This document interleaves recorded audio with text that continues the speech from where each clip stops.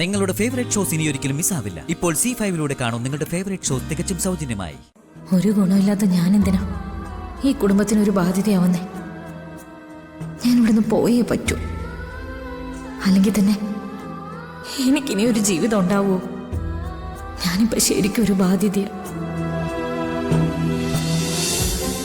ഇപ്പൊ എല്ലാവർക്കും സമാധാനമായല്ലോ.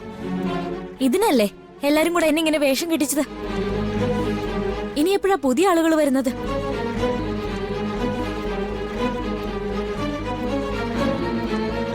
ഇന്ന് തന്നെ ഉണ്ടോ? അത് ജ്യോതി, എനിക്കൊന്നും കേക്കണ്ട.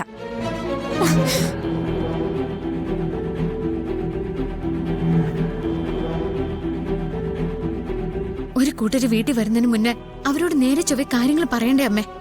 ഞാൻ പറയാഞ്ഞിട്ടാണോ? അവരിങ്ങനെയൊക്കെ ചിന്തിക്കുമെന്ന് എനിക്കെങ്ങനെ അറിയാം? എവളവോ പേസി പേസി അവസാനം ജ്യോതി സമ്മതിച്ചതാ.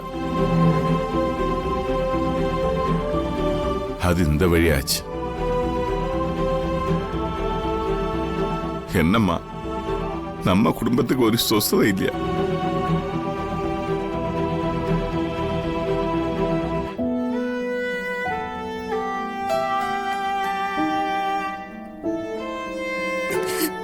ശിക്ഷിച്ചു മതിയായിട്ടില്ല ദൈവങ്ങൾക്ക്. എന്നാ പിന്നെ കൊന്നൂടെ? അമ്മേ,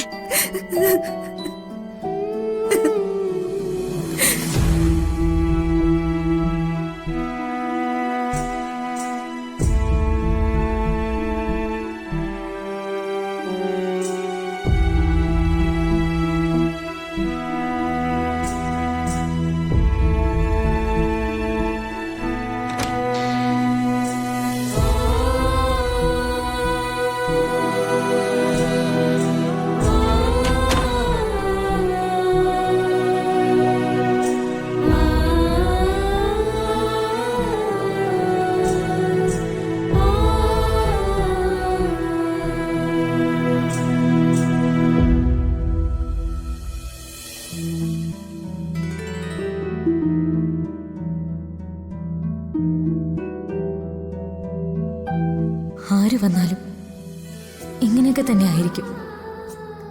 അവര് പറഞ്ഞത് നേരം. നിത്യേച്ചി വിവാഹം കഴിക്കാതെ നിൽക്കുമ്പോ എന്നെ ആരും വിവാഹം കഴിക്കില്ല. നിത്യേച്ചി ഇനി ഒരു വിവാഹത്തിന് നിർബന്ധിക്കാനും പറ്റില്ല. അനുഭവിച്ചതൊന്നും നിസ്സാരമല്ലല്ലോ. ഞാനിവിടെ നിൽക്കുന്നത് അമ്മയ്ക്ക് വലിയ പ്രയാസം. ഒരു ഗുണമില്ലാത്ത ഞാനെന്തിനാ ഈ കുടുംബത്തിനൊരു ബാധ്യതയാവുന്നേ? ഞാൻ ഇവിടുന്ന് പോയേ പറ്റൂ. അല്ലെങ്കിൽ തന്നെ എനിക്കിനി ഒരു ജീവിതം ഉണ്ടാവുമോ?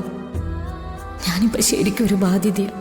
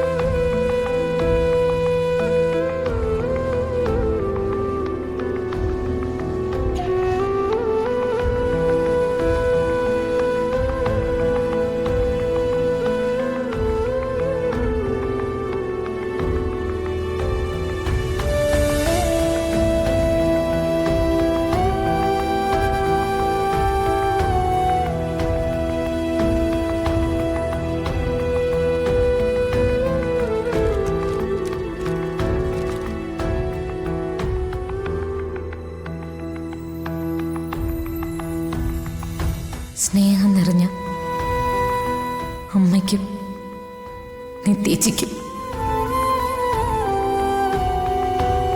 രണ്ടുപേരും എന്നോട് ക്ഷമിക്കണം.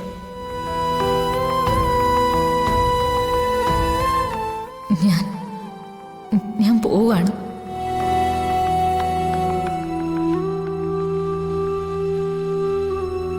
എന്നെ കൊണ്ട് ആരും ബുദ്ധിമുട്ടരുതെന്ന് ഞാൻ ആഗ്രഹിക്കുന്നു.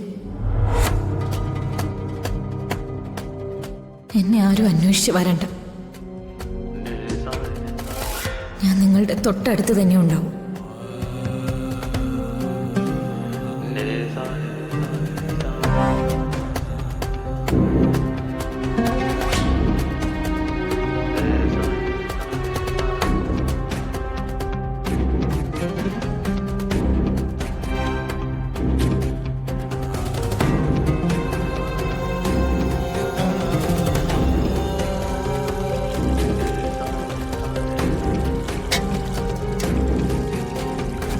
വരുന്നവർ കയ്യിൽ വാളും പിടിച്ചോണ്ടാ വരുന്നത്.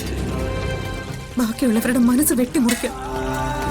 മുറിവ് ഏൽപ്പിച്ചിട്ട് അവർക്കങ്ങ് പോവാം. പക്ഷെ കിടന്ന് കരയുന്നത് ബാക്കിയുള്ളവരല്ലേ. അച്ഛനും അമ്മയും മോനും കൂടി കെട്ടി എഴുന്നള്ളി വന്നിരിക്കുക.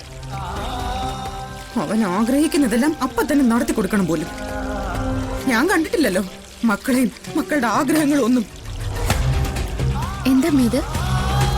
അമ്മ ഇത് എന്തൊക്കെയാ പറയുന്നേ?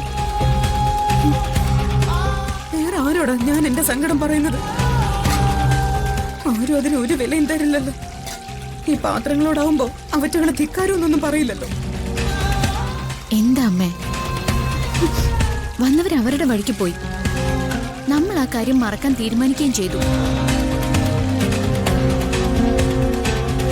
എനിക്കെങ്ങനെ മറക്കാൻ പറ്റില്ല? അവര് പോയപ്പോ പറഞ്ഞത് കേട്ടില്ലേ? നീ ഇങ്ങനെ നിൽക്കുമ്പോ ജ്യോതിയുടെ വിവാഹം നടക്കില്ലെന്ന്. അമ്മേ, അത് ഒരു കൂട്ടരങ്ങനെ പറഞ്ഞു എന്ന് വെച്ചിട്ട് നാട്ടു നടപ്പ് അങ്ങനെയാണ്. അതിന്ന് എനിക്കും നിനക്കുമായിട്ട് പ്രത്യേകിച്ച് മാറി നടക്കാൻ വഴിയൊന്നുമില്ല. എപ്പോഴാ വീണ് പോകാന്ന് ഒരു ഉറപ്പുമില്ല.